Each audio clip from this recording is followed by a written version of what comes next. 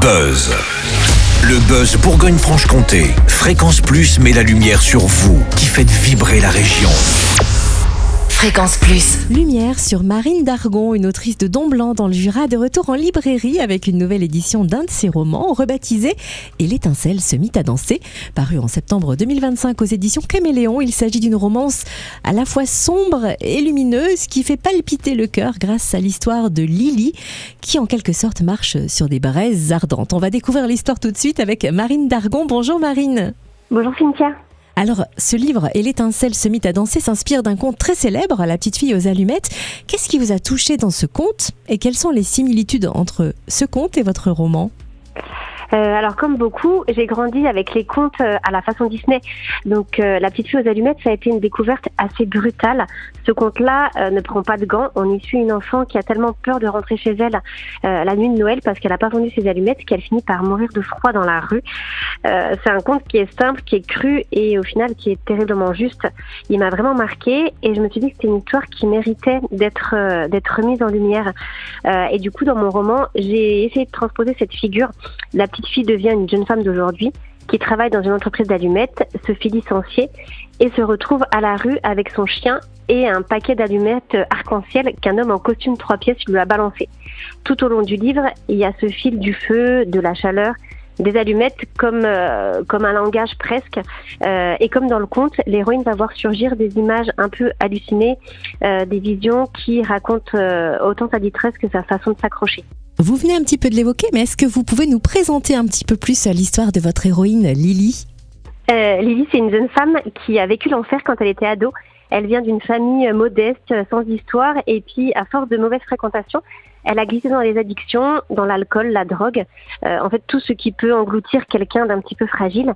Un drame finit par la sortir de ce milieu, presque brutalement, et comme elle a un vrai tempérament, elle se relève, reprend des études et finit par mener une vie très rangée, peut-être même un peu trop, parce qu'elle a vraiment un besoin de tout contrôler. Et puis un jour, elle croise cet homme en costume 3 pièces au sein de son travail, qui va complètement faire vaciller ce bel équilibre. À partir de là, tout se dérègle, un grain de sable, un autre, et elle se retrouve à nouveau au bord du gouffre. Le roman raconte sa chute, mais surtout sa lutte pour remonter. Et ce qui est assez fort avec Lily, c'est qu'en fait on traverse tout un panel d'émotions. On l'aime, on la déteste, on veut la secouer, on veut la prendre dans nos bras. Elle est jamais lisse, c'est ce qui la rend un petit peu plus humaine, quoi. Et puis on s'y attache en tout cas lorsqu'elle traverse cette spirale difficile, c'est vrai, on a envie de l'aider. Alors c'est entre précarité, chute, renaissance possible. Vous avez évoqué certains thèmes d'ailleurs à l'instant, des thèmes que vous souhaitiez absolument explorer à travers son histoire. Vous parlez d'addiction notamment, c'était des thèmes importants pour vous ? C'est surtout des thèmes importants pour montrer que personne n'est à l'abri. On imagine toujours la précarité et les addictions, que en fait la chute n'arrive qu'aux autres, alors qu'en réalité il suffit parfois d'un enchaînement minuscule, d'un accident, d'une mauvaise rencontre, et tout peut basculer. Du jour au lendemain, on peut perdre son travail, son logement, sombrer dans les addictions parce qu'il ne reste plus que ça, se retrouver sans personne vers qui se tourner. Donc à travers Lily, j'avais envie d'explorer cette fragilité-là. Alors vous qui nous écoutez, du coup, vous avez peut-être aussi envie de découvrir l'histoire de Lily. Où est-ce qu'on peut, Marine, trouver ce roman « Et l'étincelle se mit à danser » ? On peut le trouver sur le site internet de l'éditeur, donc les éditions Caméléon, sur les sites internet de la Fnac, de Cultura, d'Amazon, en vente directe chez Shop Press à Don Blanc, également au Victorien à Voiteur et sinon en commande chez tous vos libraires. Alors Marine, vous n'en êtes pas à votre première étincelle littéraire puisque vous avez déjà signé d'autres romans. Quelle étincelle souhaiteriez-vous voir danser dans votre prochain roman, voire dans les prochains ?